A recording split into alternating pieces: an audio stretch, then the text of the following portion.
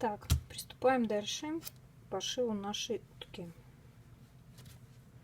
Кладем наблюдателя. Это самое важное. Какого-нибудь наблюдателя обязательно. Я уже раскроила. У меня здесь есть 2 лапки. Одну я уже прострочила, вторую просто пока так оставила. Сложила 2 кусочка ткани лицом к лицу, обвела и прокладываем строчку. Вот так вот. Ой, не видно. Вот так вот прокладываем строчку. Вот это место оставляем открытым. Пока это убираем. Я решила сделать серую утку. Сочетание серых и гороха. Такое у меня быстрое дизайнерское решение. Теперь нам надо эти детали соединить. Значит, мы к туловищу прикладываем шею с головой. Прикалываем. Прикалываем. Так, и также прикалываем клюв. Тут нужно обратить внимание, что клюв, он немножечко, часть, которая сверху, она вот так вот вверх поднимается. Самое главное правильно приколоть. Можно сверяться с выкройкой. Так.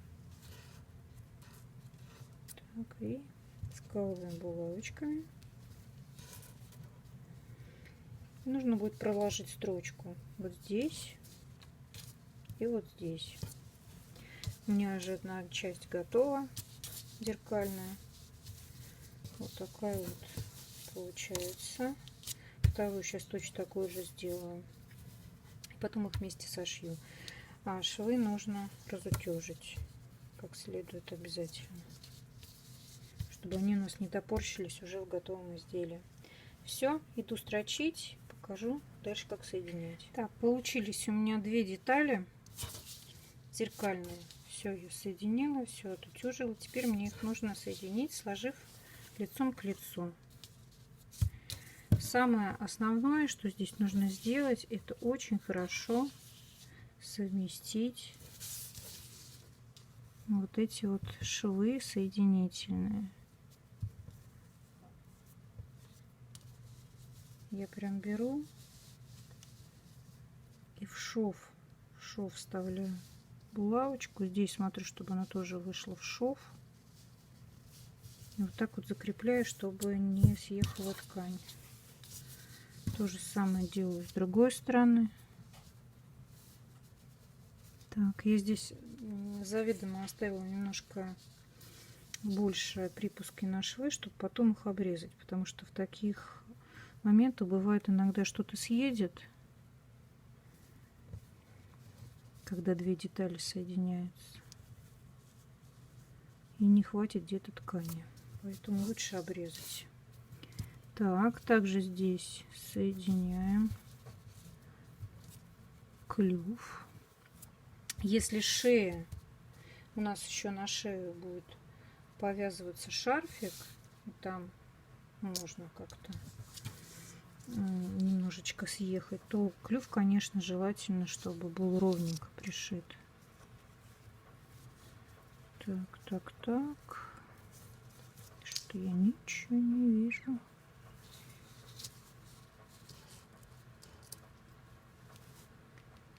Так.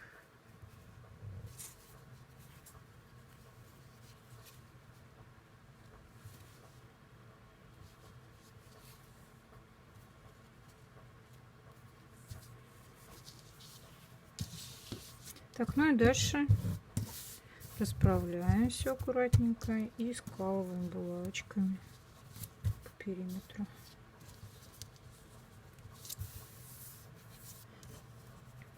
Захватываю особенно какие-нибудь уголки, потому что бывает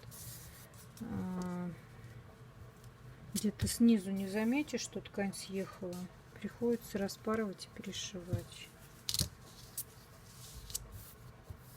Так. Здесь ткань хорошая, хлопчатобумажная, ничего не съезжает, но вообще такие игрушки лучше шить из хлопчатобумажной ткани. Можно еще на самом деле из флиса попробовать шить. Тоже неплохо. Только там надо учитывать... Здесь нужно учитывать долевую. По идее, вот она, долевая проходит нить. Вот она. А флис, он еще больше растягивается, поэтому там обязательно нужно учитывать долевую. Все, я сколола. Теперь нужно по всему периметру прошить, оставляя вот эту выточку открытой. Мы начинаем шить отсюда, ну либо отсюда. Шьем, шьем, шьем, шьем, шьем, прокладываем строчку везде, везде, везде, везде. И заканчиваем здесь. И таким образом вот эта вот часть у нас будет открытая. Так, тушка готова, прошита. Тушка. Теперь я хочу немножечко срезать припуски на швы. Немножко поближе к шву. Вот такую красивую кучку я срезала. Очень красиво смотрится розовый серым. Также срезала припуски на швах на лапках. И теперь делаем надсечки на всех вогнутых частях. Вот вогнутая часть, здесь вогнутая часть, вот здесь на хвостике. Даже вот здесь вот можно, тут немножечко линия идет такая вогнутая, тоже можно, хотя не обязательно. И также вот здесь. Вот это для того, чтобы когда у нас вывернется деталь, она не топорщилась. И где-то делаю несколько надсечек. У меня просто вот эти кончики ножниц очень острые. Я ими очень люблю это делать. Не доходя 1-2 миллиметра до строчки. Так вот проходим по всем вогнутым частям.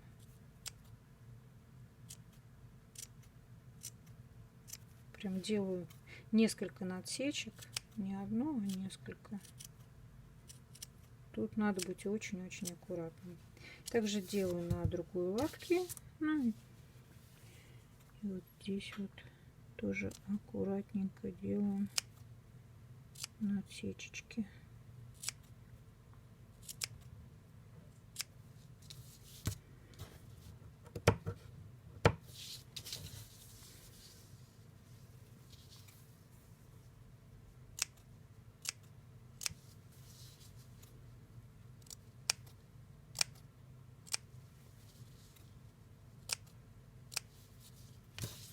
Так, и вот еще у меня осталась часть.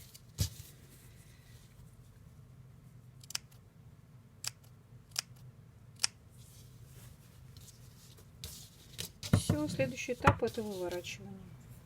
Так, теперь я выворачиваю при помощи 2 палочек для суши. И никак не могу. Да что ж такое вот. Вот таким вот образом.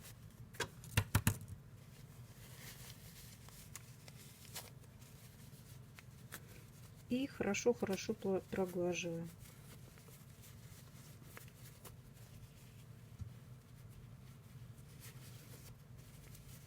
Проглаживаю швы, разравниваю их там внутри вот этой палочкой острым концом.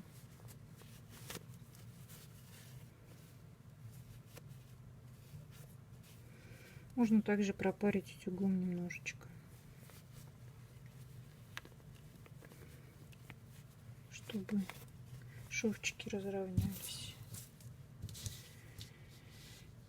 А уточку, вот так как она большая, мы ее можем вообще взять и вот так вот прям вывернуть. Она у нас очень хорошо выворачивается. Просто помочь потом немножечко палочкой. Вот здесь вот у меня хорошо получился шов, сошелся, а вот здесь вот у меня разошелся.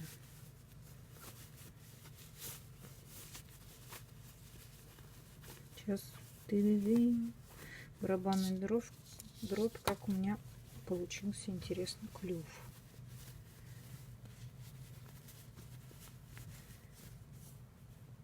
Почти ровно. Это отлично. Так.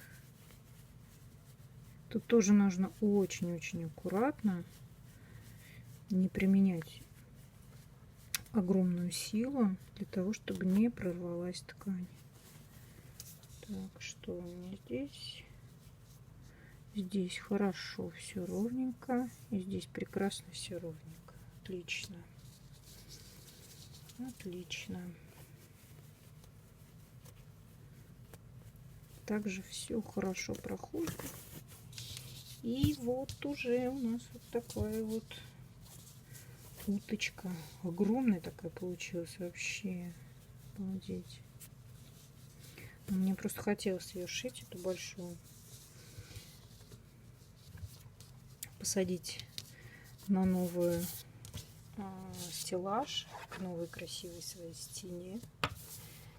Посмотреть, как это будет все выглядеть. Так, ну и потом я выверну вот эту вторую. Все. Следующий этап у нас будет набивка.